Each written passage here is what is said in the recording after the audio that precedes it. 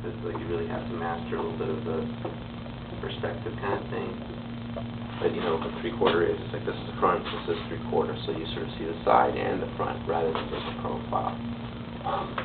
And then what would be cool as well is to then have profiles so the character is like looking this way. Here he's kind of 3/4, straight on.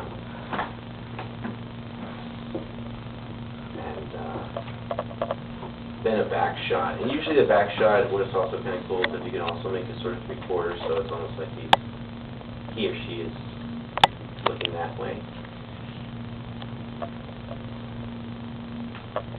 And again, why we want to do this is that if this is a character that's whether it's going to be a comic book or something animated, or just for your own reference so that you keep on drawing the character correctly, to know what that character is going to look like from every angle.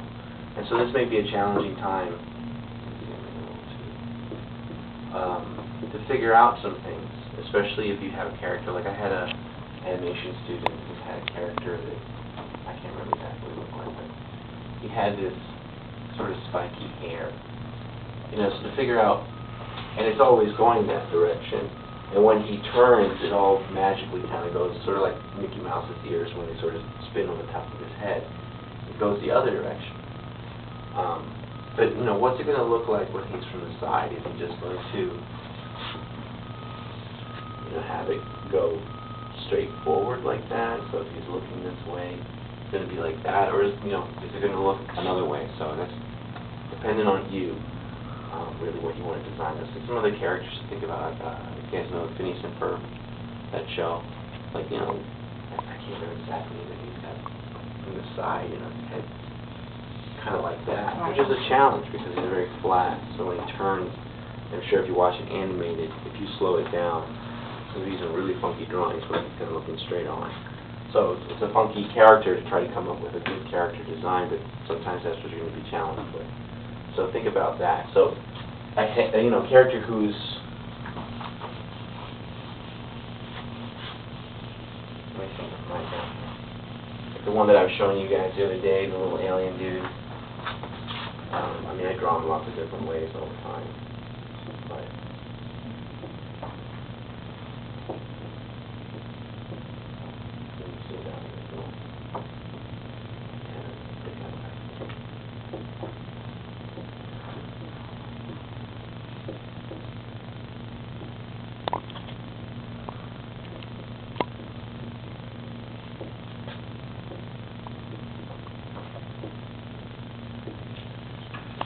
I always usually draw him like that, but you know, in order for me to figure out, hey, what's he going to look like? Side profile, and something that you can do, you know, is like, before you even do that, you know, practice, do roughs, figure it out, and draw some lines here, just to kind of get the measurement of what the head is, and start thinking what's going to look from the side. And so go for the relative shape, but you also have the ability, it's like, you know, I'll push the cranium out a little bit more if I wanted to, and say, actually, it's going to have a much longer head when you go from the side. There's the nose, match up where the nose is. How's that going to look? The eyes up here.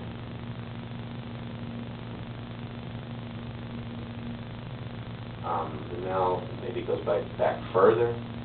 Where are the ears in relation? I mean, I know height-wise they're going to be right about there, but how you get to the front, they're going to be here, and all the way to the back.